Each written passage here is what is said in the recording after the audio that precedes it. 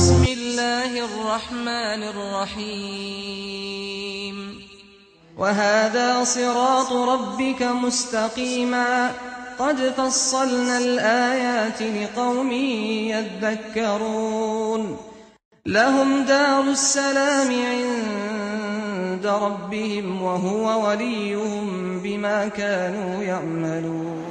بسم الله الرحمن الرحيم. السلام عليكم ورحمة الله وبركاته.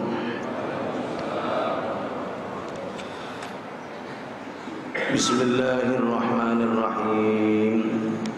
الحمد لله رب العالمين، والصلاة والسلام على خاتم الأنبياء والمرسلين نبينا محمد وعلى آله وأصحابه والتابعين ومن تبعهم بإحسان إلى يوم الدين. أما بعد، سبحانك لا علم لنا إلا ما علمتنا إنك أنت العليم الحكيم. أما بعد.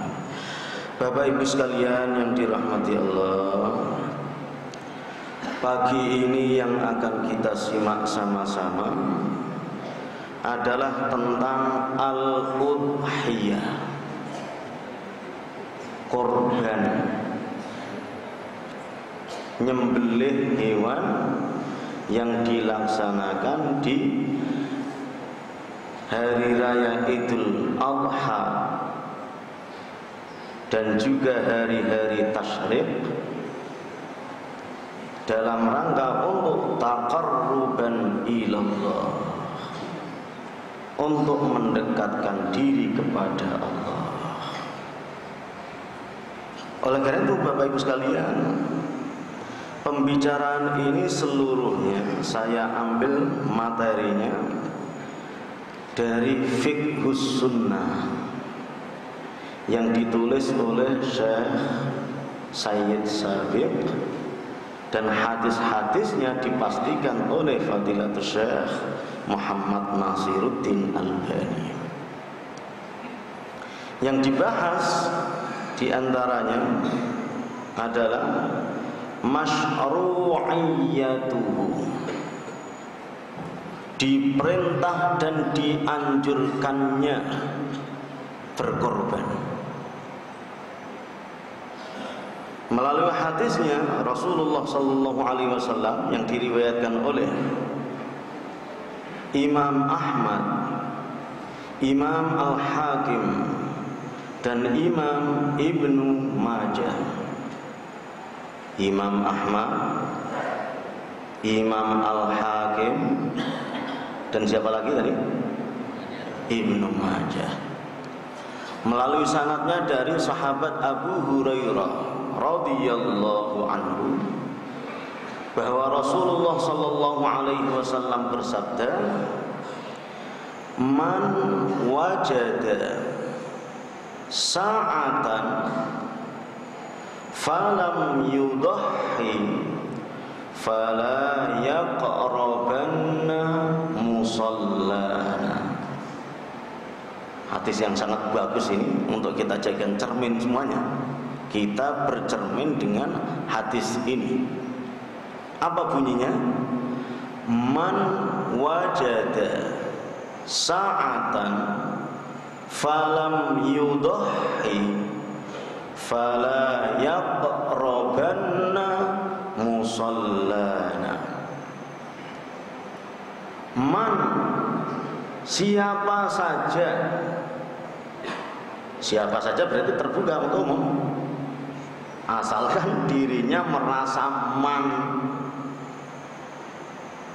Kata-kata man itu kalau dalam tata bahasa Arab adalah ditujukan untuk lil aqil, untuk yang berakal. Oleh karena hadis ini tadi itu, bagi siapa yang masih berakal. Kita berakal apa enggak ini? Masih ya? Kalau merasa masih berakal, ya nyimak betul hadis ini. Tapi kalau sekiranya enggak, saya akalnya sudah, ya minggir. Nah, ini sudah ngaca dari sini. Berhubung masih akalnya waras, masih ada. Kenapa kalau saya masih akal, man wajad,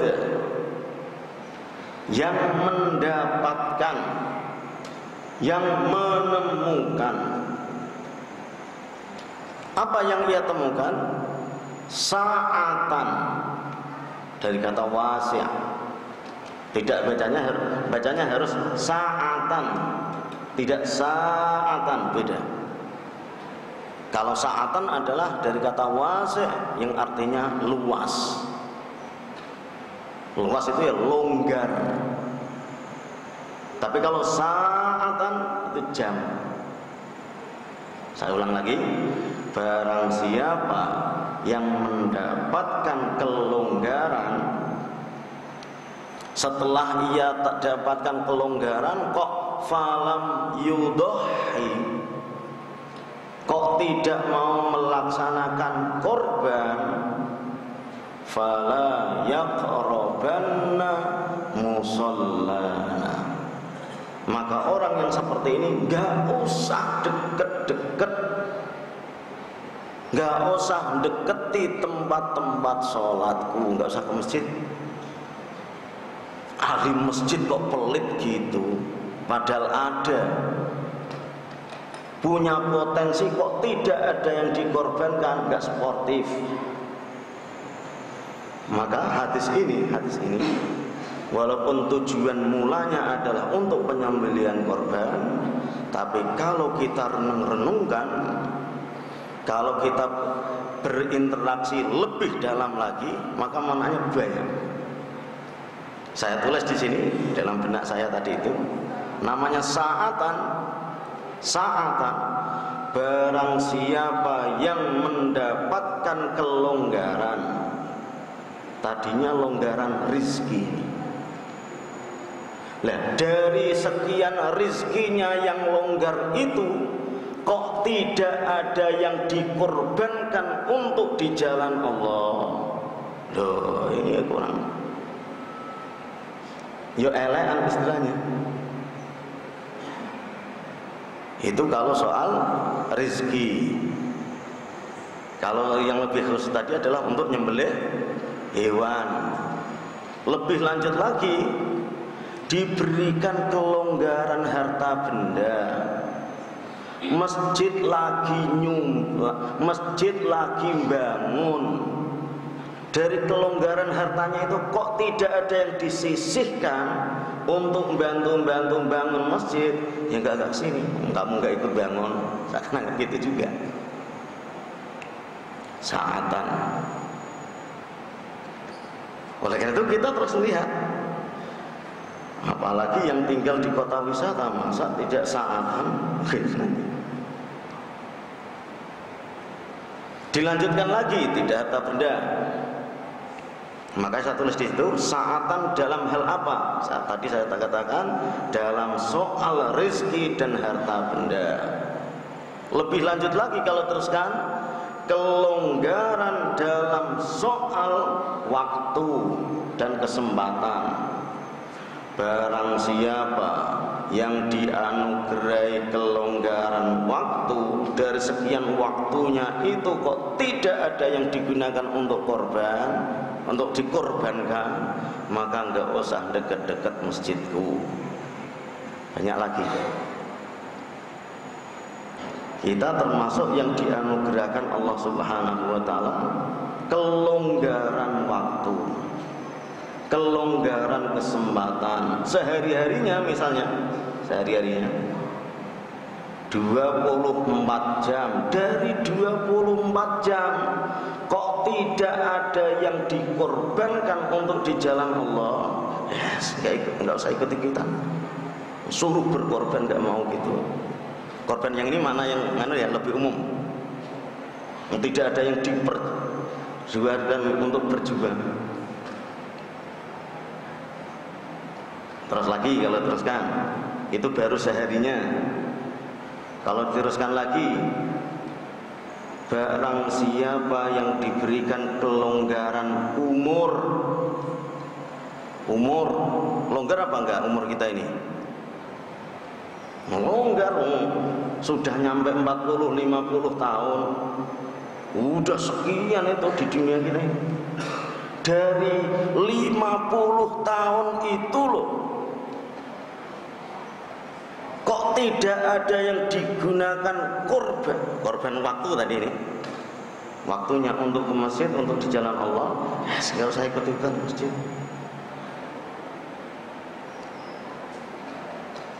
Kalau teruskan lagi, loh dari 50 tahun itu loh yang disisihkan untuk ngaji Al-Quran, untuk ngafalin Al-Quran, kok cuma dapat juz amma aja. Mikir-mikir gitu.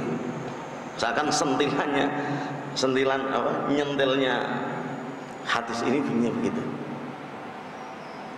Dari sepanjang 50 tahun itu hafalan Qur'annya kok mentok juz amma, di korbannya baru sedikit. Itu yang sudah juz amma, apalagi yang dari dulu nyampe waktu ini aja. Wah, buat apa kamu umurnya? Kan gitu.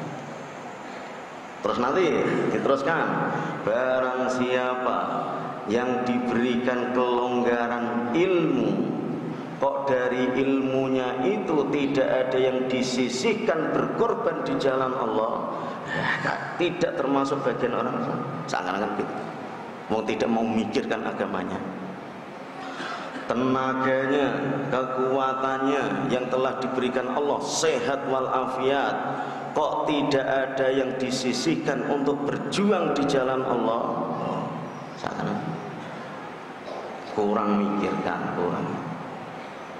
Oleh karena itu Bapak-bapak sekalian, kalau sekiranya tugas-tugas dunia, tugas-tugas kantor karena sudah sepuh, kalau tugas di kantor dan sebagainya sudah tidak digunakan lagi, maka korbankan kesempatannya itu untuk berjuang di jalan Allah Ta'ala. Kalau sudah tidak ngantor di sana-sana, ngantornya di masjid. Kalau sudah tidak ada kerjaannya sudah Quran aja, gitu. Biar dari kelonggaran umur kita itu dikorbankan untuk di jalan Allah. Ini makna seluruhnya. Kelonggaran dalam rezeki, kelonggaran dalam waktu, kelonggaran dalam umur, kelonggaran dalam tenaga dan sebagainya, harus ada yang digunakan untuk yudhahi. Ada yang dikorbankan. Bapak Ibu sekalian, termasuk skill itu apa ya? Kemampuan, kebiasaan. Yang pinter apa misalnya? Yang pinter nyoteng, maka dari kepinterannya digunakan korban untuk di jalan Allah. Yang pinter desain gambar masjid ada yang digunakan, ya, seluruhnya itu. Nah, hadis ini selaras dengan firman Allah Subhanahu wa taala dalam surat Al-Kautsar ayat 1 sampai 3. A'udzu billahi minasyaitonir rajim. Inna a'tainakal kautsar fasalli li rabbika wanhar inna syani'aka huwal abtar. Ini nadanya juga hampir sama. Inna, sesungguhnya kami yang dimaksud adalah Allah. Kenapa Allah? A'tainaka, telah memberimu. Kamu diberi apa oleh Allah? Al-Kautsar, nikmat yang amat banyak. Ayat ini dahsyat sekali. Kita orang mukmin ketika membaca ayat ini harus menyadari nikmat yang segitu banyak ini yang masih adalah Allah. A'tainaka, akulah yang ngasih. Kalian itu loh, walaupun saat ini gagah, kalau seandainya aku nggak kasih, nggak dapat itu yang kamu kumpulkan. mobil yang kamu jejer-jejer itu, kalau tidak aku yang kasih, jejernya tempatnya tidak di depan rumahmu, di showroom. Berhubung a'toinaka, maka mobil yang bagus-bagus itu ada di depan rumahmu. Maka kita ini orang-orang mukmin kalau dianugerahi Allah Subhanahu wa taala rezeki yang banyak, tidak pernah sombong. Harus jangan sampai sombong. Karena yang kita dapatkan ini adalah Allah yang kasih, a'toinaka. Tidak hanya mobil aja. Namanya nikmat itu tidak hanya di mobil. Istri yang begitu menurnya itu, cantik, itu adalah a'toinaka, aku yang kasih. Kalau seandainya aku tidak kasih, sekelas kamu itu dapatnya cuma ini. Berhubung aku kasih, walaupun kamu bapak-bapak tidak seberapa ininya, dapat yang gini. Gara-gara a'toinaka. Nah, termasuk hamba Allah yang dianugerah Allah secara finansial tidak begitu tinggi, juga tidak kecil hati. Karena pada saatnya Allah akan a'toinaka. Jadi orang mukmin ketika di posisi anugerah yang banyak, menyadari bahwa ini adalah pemberian Allah. Berhubung pemberian Allah, maka tidak boleh dibuat gaya-gayaan. Tawadhu, nggak boleh takabur. Bagi yang sementara masih diuji oleh Allah, tidak kecil hati. Kenapa? Karena pada saatnya nanti akan Allah a'toinaka, akan diberi. Diberinya dalam apa? Bentuk apa? Allah yang punya kehendak. Kapan diberinya? Juga rahasia Allah. Ini inna a'toinaka. Apa yang telah diberikan Allah kepada kita? Kamu Al-Kautsar, nikmat yang amat banyak. Bahkan saking banyaknya ditantang dalam ayat yang lain, wa in ta'uddu ni'matallahi la tuhsuha. Kalau saja kalian hitung-hitung nikmat Allah, maka enggak akan kelar-kelar itu. Saking banyaknya. Lah tinggal kesadaran kita nyadari itu nikmat atau tidak. Kalau nyadari enggak kelar-kelar. Nikmat sehat aja udah sedemikian. Sehat. Padahal yang sehat di kita ini banyak. Matanya pada sehat ya. Sehat ya. Lihat ini bisa. Ini kalau seandainya kita notal sehatnya mata, sudah berapa itu?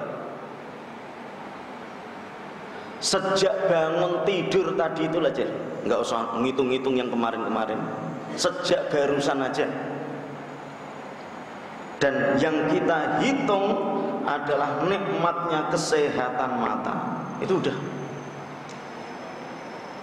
Kalau saja seandainya nikmat sehat mata ini dicabut oleh Allah sementara sejak bangun tidur tadi, kayak apa itu?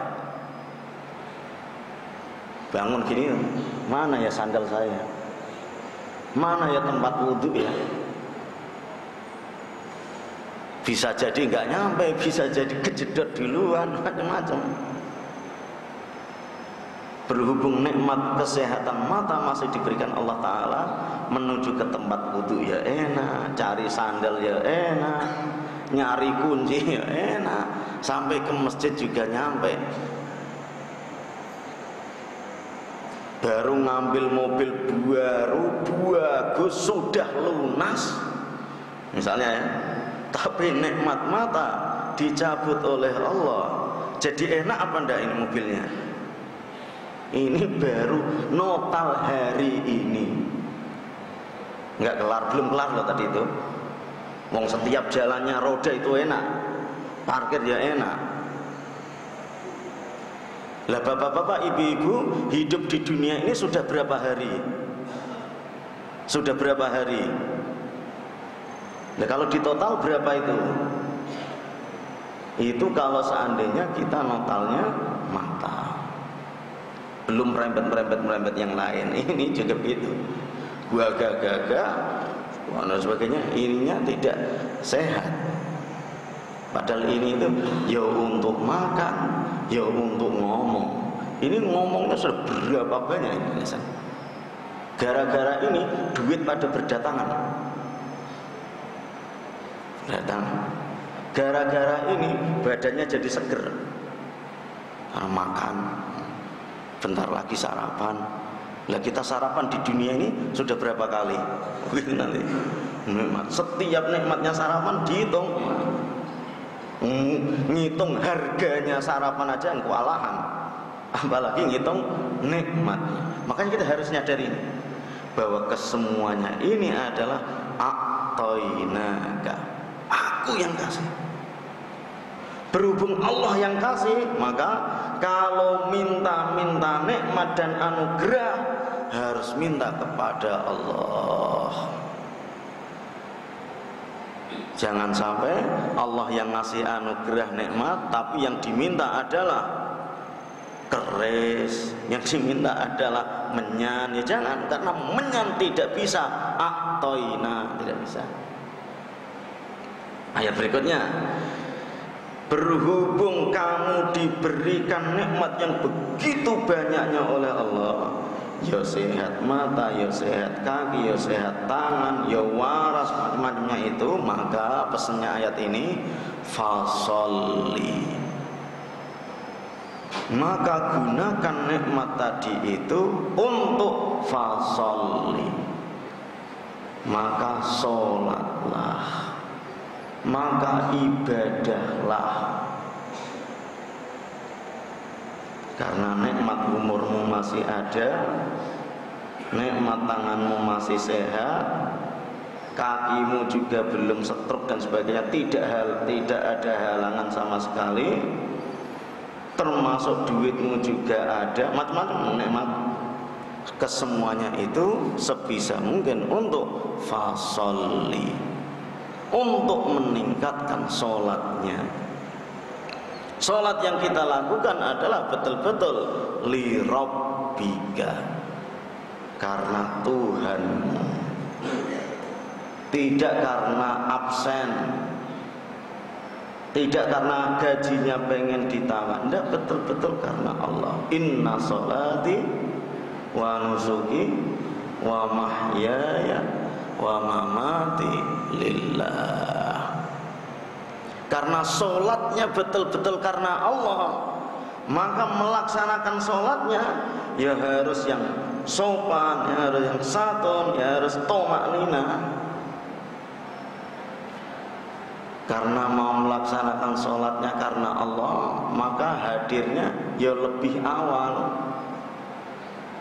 Sebab kita kerja untuk kantor aja, kalau seandainya lambat itu juga nggak enak, bahkan disangsi, ya kan? Bapak-bapak kerja di kantor kurang sopan sedikit nggak enak, ke kantor nggak sepatuan, gimana? Kita ke kantor, kita kerja ke kantor karena manusia atasan. Ketika berangkat ke kantor gagah-gagah, disetrika wangi, terus mandi bersih, siap zahir batin. Nah, sholat yang kita laksanakan ini adalah li rabbika. Makanya harus ada kesadaran lagi, walaupun sholat tidak disyuting, karena sholat yang kita lakukan adalah li rabbika, maka kalau berpakaian nyari pakaian yang bagus. Kalau punya minyak wangi dipakai, biar nanti itu ketika melaksanakan sholat seger, maka nggak bisa jadi mandi dulu, gosok gigi dulu, macam-macam. Semua kesiapan-kesiapan itu kalau orang ingin mengamalkan sholatnya li rabbika. Ketika sop pertama masih ada yang kosong, kejar duduki. Nggak usah dimohon-mohon oleh pengurusnya, mohon sop yang pertama dipenuhi dulu, nggak usah, otomatis karena kita hadir datangnya itu betul-betul li rabbika. Selain untuk fasolli, wanhar, dan berkorbanlah. Makna aslinya berkorban ya korban itu. Tapi kalau ditelusuri semuanya, makna pesan seluruhnya ya tadi yang sudah saya sampaikan di hadis tadi. Ketika kalian dianugerah nikmat yang begitu banyak, maka korbankan nikmat itu untuk di jalan Allah. Sehatmu, akalmu, tenagamu, harta bendamu, wanhar. Tapi ayat ini karena bunyinya wanhar itu adalah nyembelih, yaumun nahri, maka lebih khususnya adalah untuk berkorban, nyembelih. Inna syani'aka huwal abtar. Sesungguhnya orang-orang yang menghardikmu itu akan putus, nggak ngelanjut, nggak nerus. Korelasinya dengan ayat ini, nikmat yang begitu banyak itu kok tidak diindahkan untuk fasholli li rabbika wanhar, maka nikmat yang begitu banyak itu akan mandek.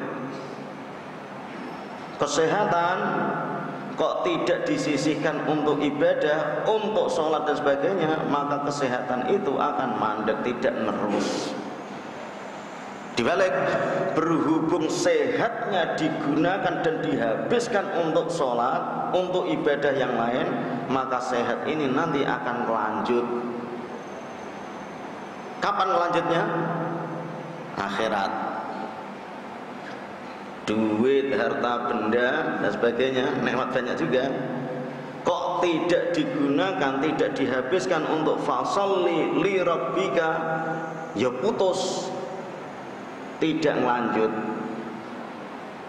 Ada duit kok ditaruhnya di deposito, maka suatu saat akan abtar. Akan apa? Putus. Beda kalau ada duit misalnya digunakan untuk memperkuat fasholli li rabbika, walaupun kelihatannya hilang, dikatakan di sini ya terus, tidak abtar, ngelanjut, tidak mandek. Oleh karena itu kita orang mukmin yang sangat meyakini akan akhirat, akan pahala dan balasan, maka apapun yang kita sumbangkan di jalan Allah akan lanjut, tidak terputus, bahkan dilipat gandakan oleh Allah. Akal pikiran kita juga begitu. Pikirannya digunakan bagaimana agar Islam ini berkembang, agar pesat, agar anak-anak pintar ngaji ya. Kok pikirannya dikerahkan untuk itu, tidak untuk mengembangkan usahanya aja, maka ini juga akan lanjut. Bagaimana agar masjid yang lain juga sesiar ini, bagaimana agar ada silaturahmi antar masjid, memikirkan agamanya aja, maka pikiran-pikiran itu juga akan lanjut, tidak wal abtar. Nah, Bapak Ibu sekalian yang dirahmati Allah, ini materinya masih banyak lagi, tapi kalau dirunkan cakep apa, indah sekali. Termasuk ayat yang berikutnya saya singgung sedikit, yaitu surat Al-Hajj ayat 36. Wal budna ja'alnaha lakum min sya'airillah lakum fiha khairun. Dan onta itu, onta berarti ya binatang ternak.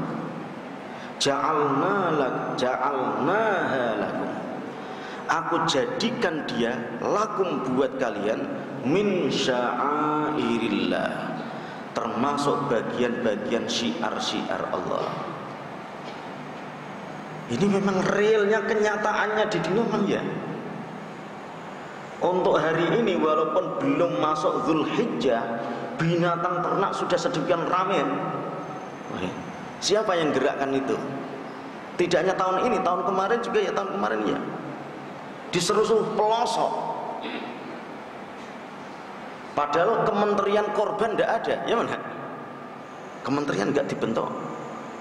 Nggak tahu nanti pemerintah saat ini nanti ada kementerian korban apa? Walaupun untuk membuktikan ayat ini benar, ya tidak hanya ayat ini aja, semua firman Allah Subhanahu wa taala, pasti benarnya shadaqallahul azim. Termasuk baik ontanya langsung maupun binatang ternak yang lain. Onta di Saudi disembelin tiap tahun disembelih berapa itu? Orang haji masih ada sih. Sapi juga begitu, kambing. Lah biasanya di masjid kita ini korban berapa ekor? Sapi berapa? Enggak ada yang korban di sini. Ada berapa ratusan? Baru di sini, belum lagi di tetangga sana. Padahal kalau sapi itu beranaknya berapa bulan sekali? Kalau dirunung, shadaqallah, subhanallah, maha suci Allah yang menjanjikan wal budna ja'alnaha lakum min sya'airillah. Kambing juga begitu. Kambing lahirnya cuma 1, 2. Kalau kucing setiap lahir berapa biji? Kucing 6 ya? 6, 8. Tapi kalau kambing 1, paling 2. Walaupun dihabisi dibuat korban tiap tahun. Suwek gitu banyak. Bahkan harganya dinaikkan, masih dikejar orang aja. Wah, syiarnya meludak, nggak ada yang bisa bendung Allah yang janjikan. Nah, kalau seandainya ada yang coba-nyoba bendung, oh ya beresiko. Terus akan misalnya sekarang ada ulama pemikir misalnya kepengen memberikan terobosan biar binatang ternak tidak punah, maka sekarang korbannya tidak ini lagi misalnya, terus diganti apa? Diganti Avanza, dikorbanin, dibanting Avanza terus dibuang, nggak laku. Karena Allah yang menyediakan, Allah yang janjikan, maka terus disediakan oleh Allah Ta'ala. Wal budna ja'alnaha lakum min sya'airillah lakum fiha khairun, dan bagi kamu fiha di dalamnya khairun, terdapat kebaikan-kebaikan. Wah, kebaikan. Yang dagang ya dapat untung, ya mana? Wah, kalian yang usaha ini laporannya itu wah lumayan. Laku 1 untung berapa, laku 2 dapat.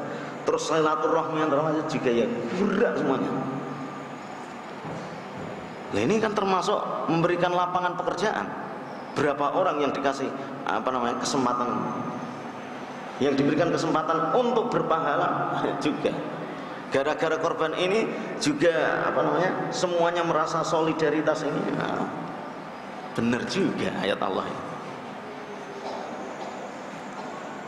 Lakum fiha khair, itu perintahnya. Fadilatuhu, keutamaan dan fadilahnya. Hadis yang diriwayatkan ini saya baca tidak terlalu renungkan lebih dalam, beda dengan yang sudah saya sebutkan. Saya bacakan sekilas-sekilasnya. Nomor 2 adalah fadilatuhu, fadilah dan keutamaannya berkorban. Hadis yang diriwayatkan oleh Aisyah radhiyallahu anha, anna Nabiyya sallallahu alaihi wasallam, baris kedua ya, qala ma amila adamiyyun min amalin yauman nahri ahabbu ilallahi min ihraqid dami. Tidak ada amal perbuatan anak Adam yang dilakukan di hari raya Idul Adha yang lebih dicintai oleh Allah kecuali mengalirkan darah. Berarti dari sekian amal-amal soleh yang ada, awas sebut aja, apakah baca Quran dan sebagainya, karena ini lagi menjaga fadilah. Tidak ada yang lebih dicintai. Berarti ini yang paling dicintai oleh Allah pada saat itu, kondisi itu, waktu itu adalah untuk mengalirkan darah. Lah, mengalirkan darah ini kalau tidak diberikan catatan kaki ya repot juga, ya mana? Ada darah di sini satu gelas terus dialirkan saja. Darahnya umat Muslim Palestina dicecer-cecer, bukan itu maksudnya. Nanti kalau yang nanggapi salah terus pada membunuhin Muslim Palestina terus darahnya dicecer-cecer. Kan ini kan perbuatan yang sangat dicintai oleh Allah. Repot juga. Jangan terus nggorokin orang. Jangan. Yang dimaksud adalah menyembelih hewan korban, diperintah. Jangan kayak orang yang tidak Islam. Kalau nyembelih orang Islam seneng, tapi kalau nyembelih binatang kasihan berain aja. Anjing dikasihani sampai begitu, ya dikeloni, dikasih susu, dikasih ya dimandiin. Tapi kalau dengan orang Islam,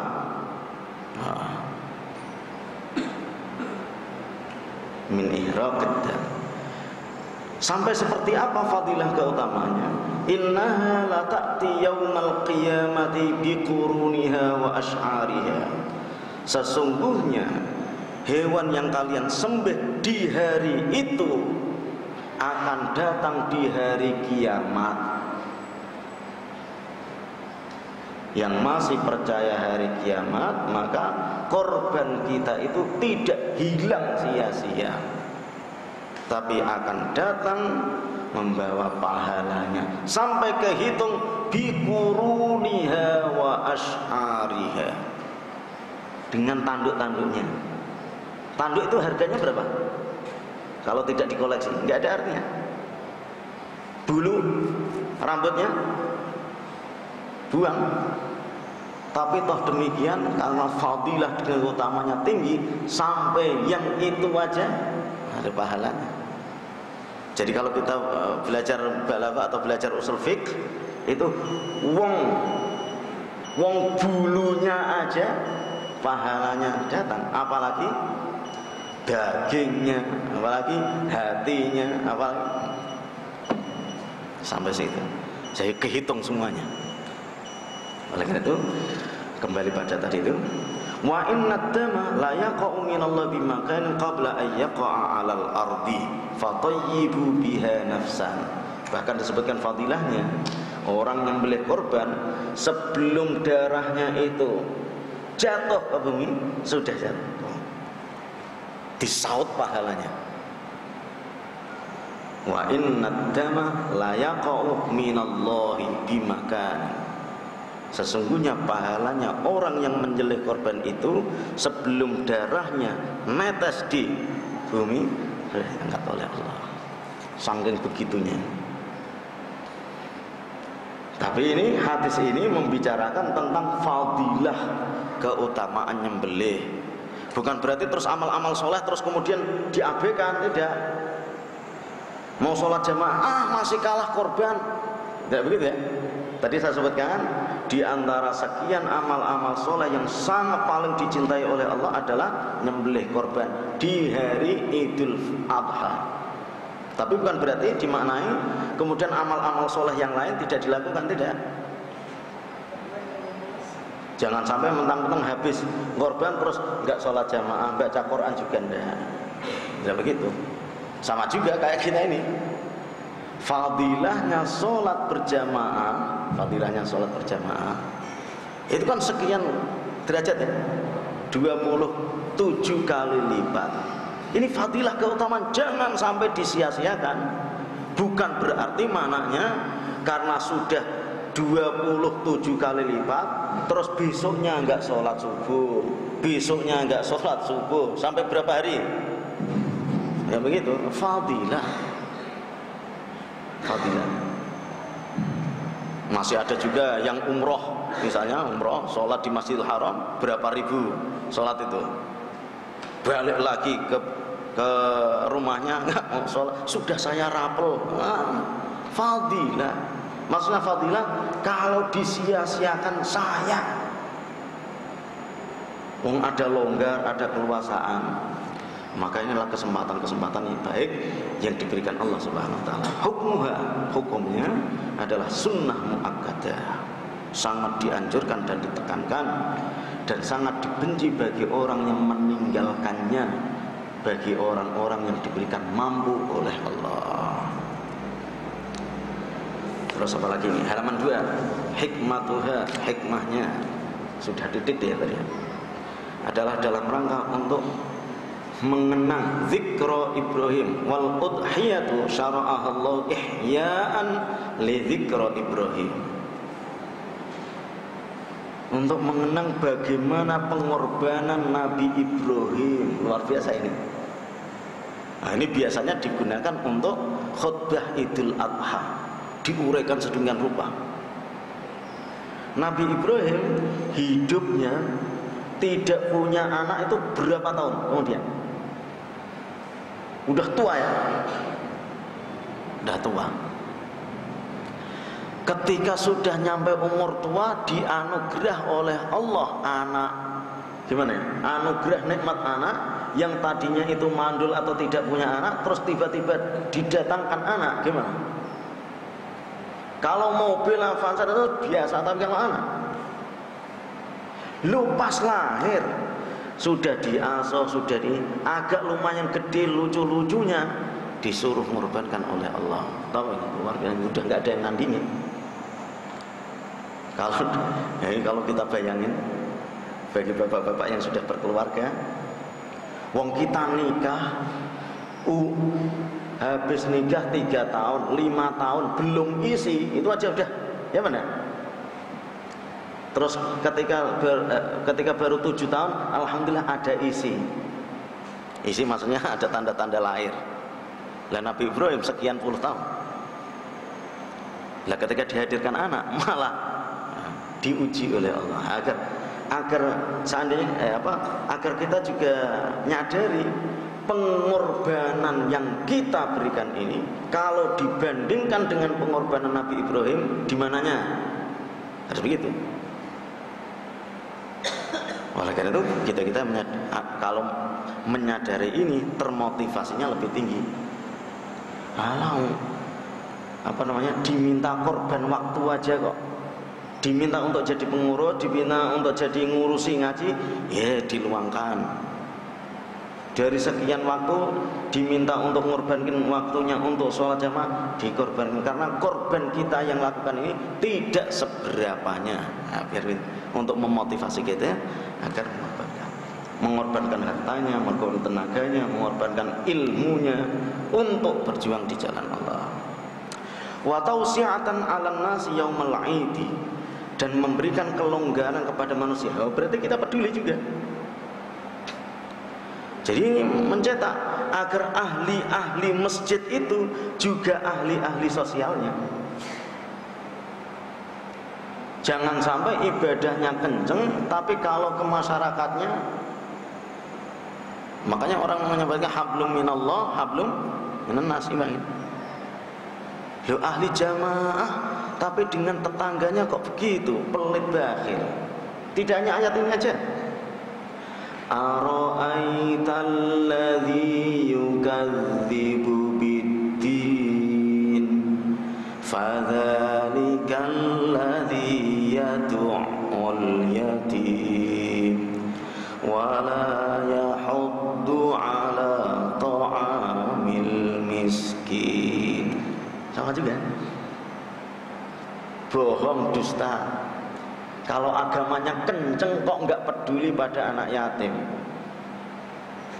Kalau agama kenceng tapi kok wala yahuddu ala ta'amil miskin. Makanya harus padan seimbang. Ahli jamaah juga harus ahli sedekah. Ahli masjid harus ahli berbagi.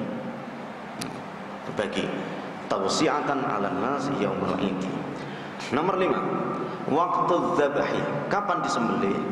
Sebaiknya disembelihnya adalah setelah melaksanakan sholat Id dan khutbah. Oleh karena itu, kalau diusut-usut, sholat Idul Adha itu lebih awal dibandingkan dengan sholat Idul Fitri. Sama-sama paginya.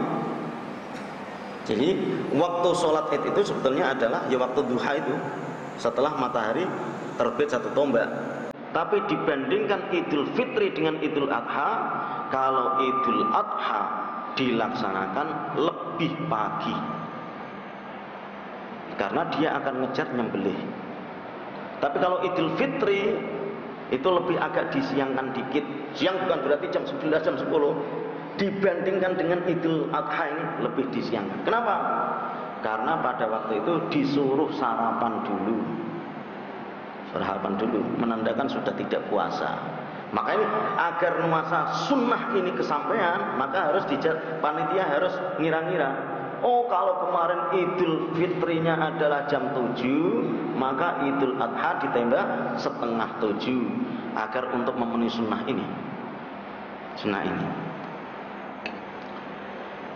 Kemudian kifayatu adhiyatin wahidatin anil baitul wahid. Kalau sekiranya keluarganya sudah melaksanakan korban dari tahun ke tahun, maka untuk tahun berikutnya, kita ini punya keluarga ya, suami, istri, anak.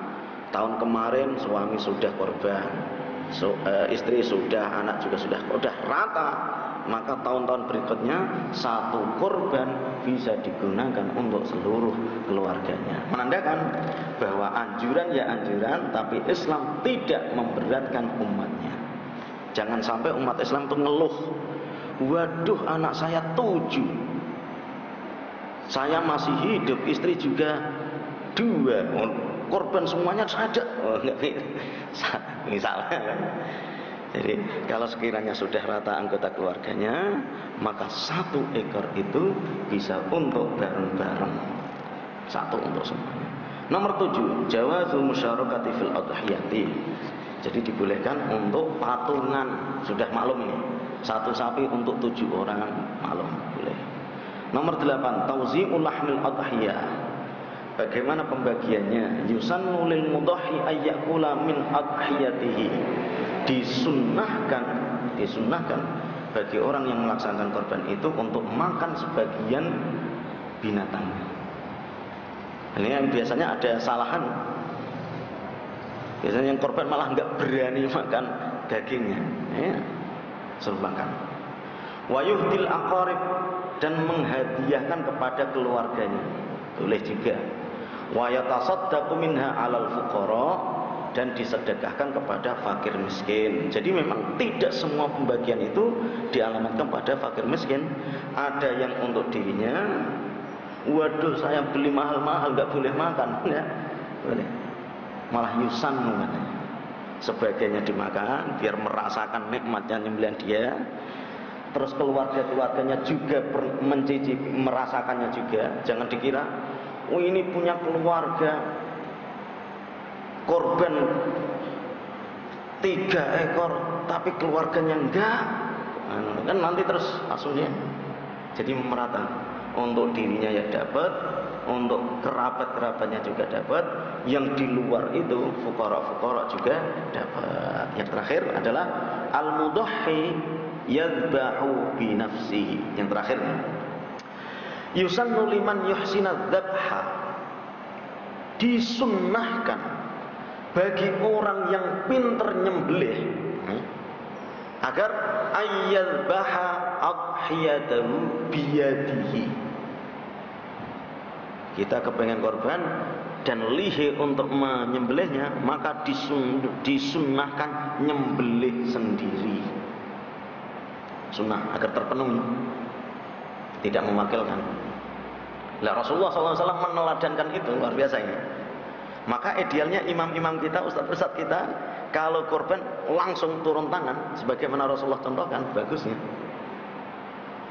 Cuma anak manusia banyak, ada yang pemberani, ada yang tidak, maka terus nanti alternatif berikutnya. Tapi idealnya adalah bagi mereka pemberani, karena namanya orang banyak, jangankan nyembelih, baru megang goloknya aja udah, ya mana? Baru megang goloknya. Nah, kalau megang goloknya sudah begini, nanti malah goloknya kemana-mana. Wih, sama juga. Kayak di forum seperti ini, idealnya yang pinter ngaji, Qurannya banyak, hafalannya bagus, imami. Idealnya, ya mana? Tapi namanya manusia, walaupun hafalannya banyak, bacanya bagus, tapi kalau sudah ditaruh di sajadah seperti ini, biasanya gini juga. Walaupun hafal Quran, punya sertifikat, punya ijazah, disemak di sini, asalkan tidak di sini, lancar aja. Tapi kadang ada juga, walaupun hafalannya, tartilnya bagus, disemaknya gini, ijazahnya juga dapat sanad dari sana, tapi kalau ditaruh di sini, dipegangin begini, walaupun hafal Quran, tapi kalau di sini watini wazaituni bisa juga, ya mana? Nah, itu dia realitas manusia. Nah, dalam soal korban, sebisa mungkin kalau memang pinter nyembelih, sembelih sendiri. Wa yaqulu, dan dia baca Bismillahi Allahu Akbar Allahumma hadza min fulan. Doanya adalah Bismillahi Allahu Akbar hadza an fulan. Tapi sebaliknya, fa in kana la yuhsinu dzubha fal yashhadhu wa yuhbiru. Tapi kalau sekiranya ada orang yang melaksanakan kurban tapi tidak pinter atau tidak berani nyembelih, setidaknya datang menyaksikan. Maka syiar-syiar penyembelihan itu tidak hanya panitianya aja, tidak hanya panitianya aja. Nah, kadang-kadang di sana-sana panitia dan mustahiknya, ya. Di sana-sana itu biasanya yang meramaikan penyembelihan kurban itu adalah panitianya dan yang kebagian kupon, mantri. Enggak, mestinya syiar ini adalah diramaikan kepada orang-orang yang melaksanakan kurban juga, agar hadir dan menyaksikan. Nah, kalau sudah perintah sunnahnya seperti ini, jalan. Jangan sampai ada langsung, enggak, saya sudah ikhlas kok, enggak melihat penyembelihan saya, enggak apa-apa. Tergantung nanti pengurusnya nyembih betulan apa enggak, saya sudah ikhlas. Tidak begitu. Kadang ada karena terlalu ikhlas terus kemudian ditinggalin gitu aja. Enggak. Sunnahnya adalah agar hadir dan menyaksikan, sehingga nanti yang nyembelih itu baca Bismillahi Allahu Akbar Allahumma an fulan. Aku qouli hadza wa astaghfirullah wa lakum wa lisairil muslimin. Ada tanya jawab?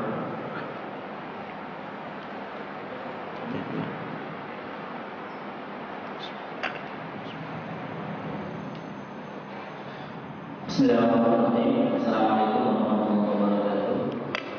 Assalamualaikum. Langsung saja. Ada sini tadi ada pendapat yang di halaman 3, situ ada hadis dari Abdullah bin Qulta wa yatasawwatu min thuluthi wa yuqulu. Kemudian di bawah ada penjelasan wa yajuzu nafala wa ila pada jadi al-haq. Nah, Wa la yajuzu bai'aha wa la bai'a jildiha. ya. Nah, ini kan ada beberapa pendapat di bawah. Tidak boleh, yang saya tanyakan adalah tidak boleh menjual kulitnya. Nah, Kemudian yang di bawah lagi wa 'inda Abi Hanifah annahu yajuzu bai'a jildiha. Nah, membolehkan menjual kulitnya. Nah. Di beberapa masjid yang saya perhatikan dan saya lihat, ada yang menjual dan ada yang bahkan sangat keras melarang untuk menjual kulitnya. Dan bagaimana pendapat Ustaz dalam masalah ini agar kita semua paham masalah ini, karena ini tidak benar. Ya, baik, terima kasih. Bapak Ibu sekalian, di halaman 3 disebutkan wa yajuzu naqluha walau ila baladin akhar, dan boleh memindahkan korban itu walau di negara lain. Saya misalnya korban berdomisili di sini, kemudian binatangnya saya pindah ke kampung saya, boleh mana? Wa yajuzu. Kalau seandainya repot mindah binatangnya, yo mindah mentahnya biar dipilihkan di sana. Paham ya maksud saya? Jadi kalau seandainya ini Masjid Darussalam karena mendapatkan 100 sapi, maka 1/2-nya ada yang dipindahkan ke Yapit misalnya, Makluha. Atau di Papua berhubung mindahnya sapi ke Papua ini berat atau pakaian, ya dipindah melalui mentahnya. Seret, sudah saya transfer, belikan sana ya. Nah, boleh. Wa yajuzu naqluha. Wala yajuzu bai'uha wala bai'u jildiha. Termasuk pembagian juga disembelih di sini terus dibagi di sana juga boleh. Kalau tadi kan saya jelaskan bahwa binatangnya langsung disembelih sana boleh. Kalau yang kedua adalah disembelih di sini terus binatangnya setor sana boleh. Ini merambet-merambet karena memang berkembang zaman. Kalau disebutkan lagi, dan tidak boleh menjualnya dan bahkan menjual kulitnya. Ini disebutkan begitu juga. Jadi misalnya saya korban habis disembelih, nggak boleh dibagi, terus saya setorkan di pasar, nggak korban ini. Ya mana? Beli kambing 2 juta setelah disembelih bareng di sini, terus diambil sendiri, terus dipotong-potong di pasar, per kilonya berapa? Nggak boleh. Termasuk ini apa tadi itu? Atau panitianya jual boleh juga. Terus langsung buka warung sate khusus hari Idul Adha, berhubung ada daging banyak, tidak boleh juga, karena tujuannya tidak begitu. Wala bai'u jildiha. Ini karena ini adalah standar awalnya, maka sebisa mungkin ini harus dikomitmeni ini dulu. Sebisa mungkin tadi itu termasuk kulit-kulitnya, kalau seandainya bisa dimanfaatkan ya dipenuhi ini, karena tidak boleh tadi. Baru nanti kalau ada faktor-faktor tertentu, maka kita pindah kepada pendapatnya Imam Abu Hanifah yang membolehkan. Saya teruskan dulu. Ini malah bagus. Wala yu'tal jazzaru min lahmiha syai'an ka'ajrin. Dan tidak boleh penyembelih korban ini namanya apa ya? Apa namanya? Apa? Jagalnya diberi upah dari dagingnya itu. Ya profesional, kalau ini duitin aja. Tapi bukan berarti jagal tidak boleh dikasih daging lah ya. Kita ngasih daging ke jagal itu tidak gara-gara atau dalam rangka nyembelih. Jangan sampai sudah apa namanya? Sudah rekoso itu apa ya? Sudah nyembelih malah enggak kebagian daging sendiri. Dia tidak gelepotan darah apa-apa, dapat 2 kilo, dapat 3 kilo. Lah ini yang nyembelih dari tadi, pulang-pulang enggak bawa daging. Enggak. Harus didudukkan ini. Jadi tadi itu jagal dapat dagingnya itu betul-betul karena pembagian normal, tidak gara jasa dia. Oleh karena itu jasanya memang betul-betul disisihkan. Oleh karena itu di beberapa panitia biasanya adalah harga sapi segini, perawatan segini, penyembelihan segini, yang sudah dialokasikan untuk menyelamatkan agar ini terpenuhi. Tapi kalau tidak begitu bukan berarti tidak sah loh ya. Ini adalah memang etika-etika agar sunnah-sunnah itu terpenuhi. Lebih idealnya begitu. Wala yuqtal. Makanya kalau di antara jamaah sekian ini ada yang ahli jagal, maka ini harus dihindari. Ini misalnya. Jadi tidak per sapi berapa kilo, tidak begitu. Tapi kalau per sapi berapa duit boleh. Syukur-syukur nggak usah dihargai begitu. Agak membiasakan wani piro, nggak usah begitu. Udah dikira-kira, udah standar. Khotib terus penceramah macam-macam, nggak usah begitu, nanti malah menjual agama Allah. Ayat-ayat Allah sudah distandari kayak gitu tuh. Tidak, Ustadz nanti subuh kajian ya, wani piro, nggak usah begitu. Terus ada imam di sini, Ustadz sini, Ustadz mohon ya anak saya nanti diajarin ngaji, wani piro, ya nggak usah wani piro. Nanti kalau kurang ya sini gerundel, kalau kelebihan nanti sombong gitu. Biar nanti pahalanya ngalir. Pahala akhirat jelas, dunianya dapat enak. Jadi wala yuqtal jazzaru min lahmiha. Nah, ini tadi yang dinetralisir. Wa inda Abi Hanifah. Ini kita juga harus mengambil pendapat ini. Karena secara spesifik dari sunnah-sunnah yang ada tidak kok diperinci satu persatu ini berantatnya. Karena hadis Nabi terbatas di sini. Oleh ulama-ulama yang mendalami hadis ini, maka memformulasikan. Ketika kasus seperti ini, maka bolehlah. Ya kayak zakat fitrah. Zakat fitrah kan mestinya adalah makanan pokok, ya benar? Berhubung situasi terus ulama tadi itu, imam tadi itu boleh melaksanakan dengan duitnya, dengan harga ininya. Lah kita harus melihat Imam Abu Hanifah itu siapa? Sejak kecilnya hafal Quran, berapa ribu hadis. Oleh karena itu kita yang Quran nggak hafal, gitu ya. Jangankan ribuan hadis, hadis ini baru saya bacakan juga sudah nggak hafal. Oleh karena itu terhadap Imam Abu Hanifah kita harus begini juga, satu pendapat, karena beliau itu tidak bakalan mengkhianati sunnah-sunnah Nabi. Dia memberikan fatwa seperti ini, annahu yajuzu bai'u jildiha wa yatasaddaqu bi thamanihi. Oh, ini beliau membolehkan menjual kulitnya. Sebab bagi orang-orang yang ekonominya sudah ini, untuk telateni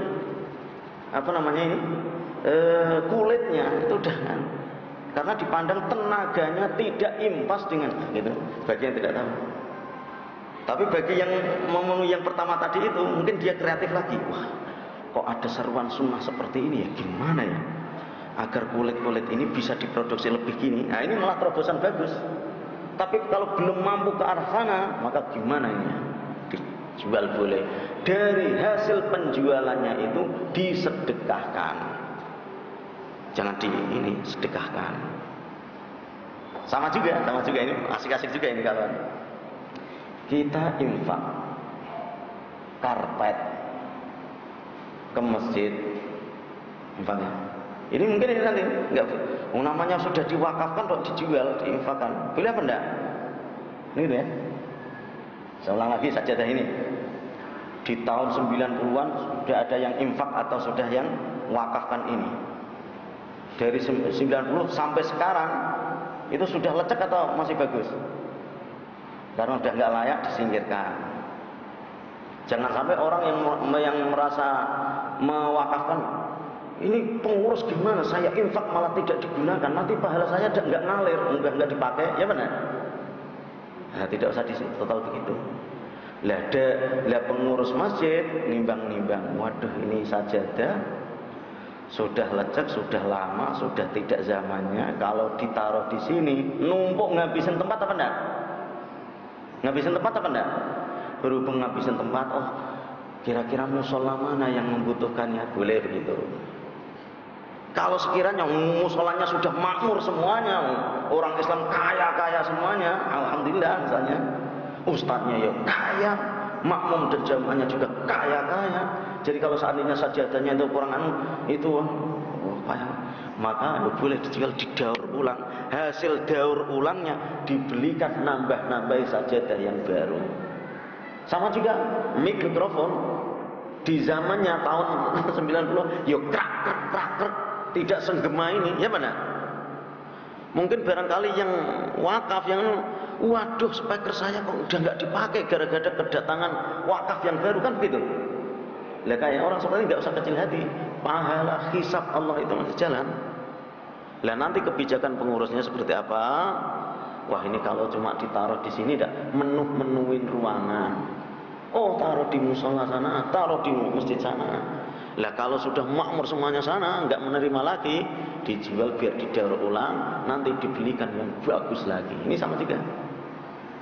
Annahu yujawwizu bai'a jaldiha wa yatasaddaqu bi thamanihi wa ayyashtariya bi 'ainihi ma yuntafa'u bihi fil baiti.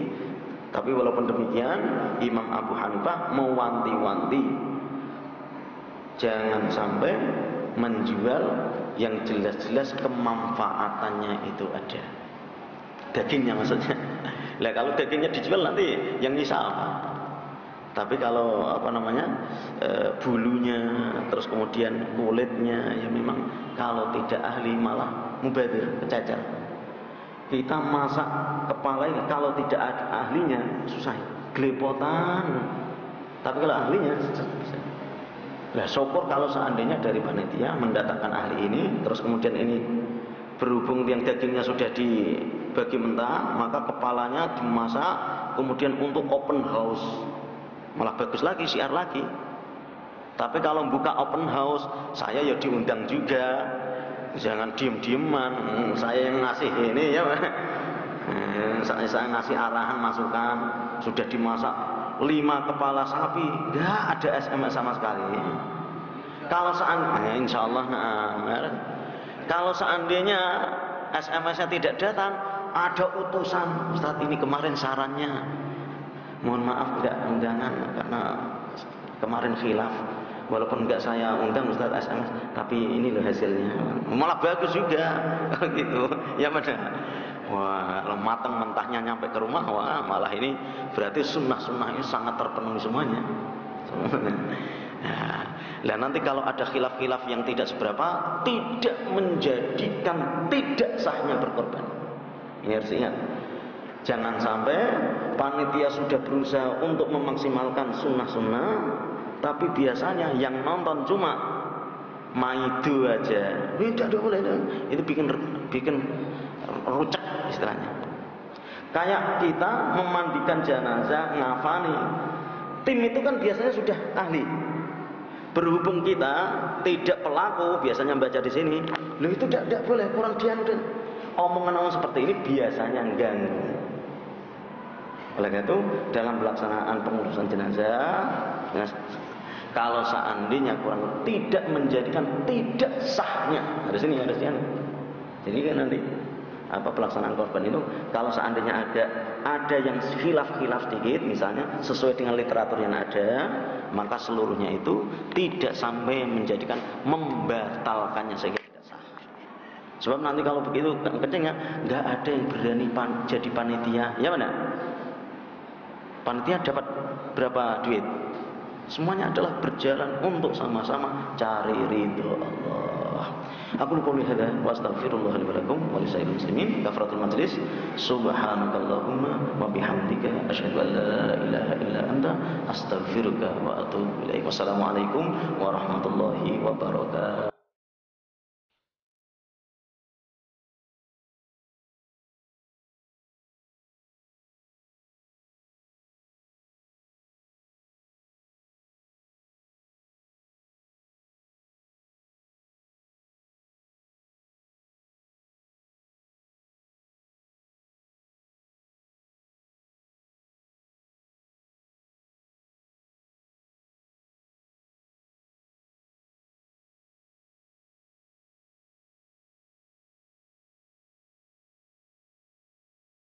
Allah